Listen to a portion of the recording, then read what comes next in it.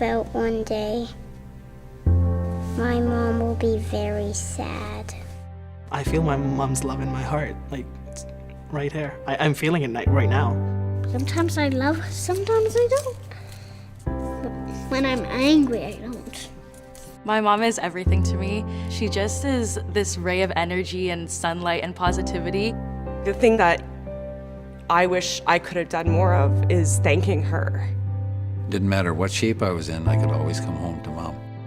My mom was basically the glue that held me together. When I left the Philippines, I knew that my son will be in good hands because I know my mom will take care of him.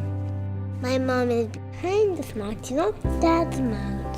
If I would say like 1 to 10, it would be a 5. Maybe my poor dad got the raw end of the deal, but I do remember my mother saying to him when there was an argument about something I'd done, she says, "You don't want to hurt her spirit."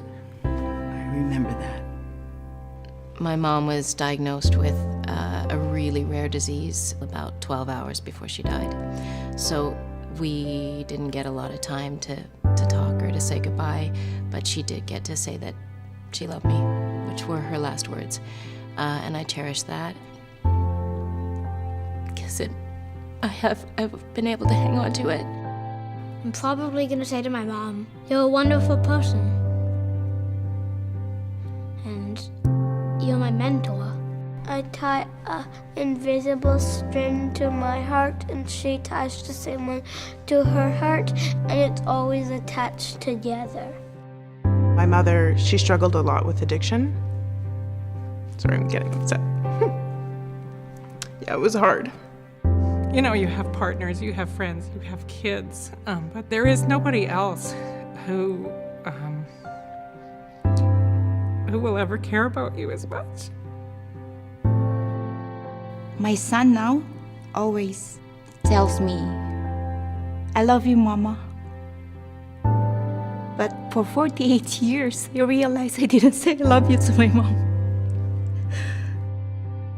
I can think of 3 words. I forgive you. You were a good mom.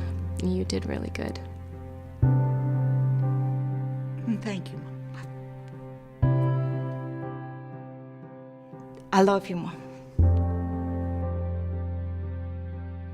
Hey, Chelsea, if Mom's got paid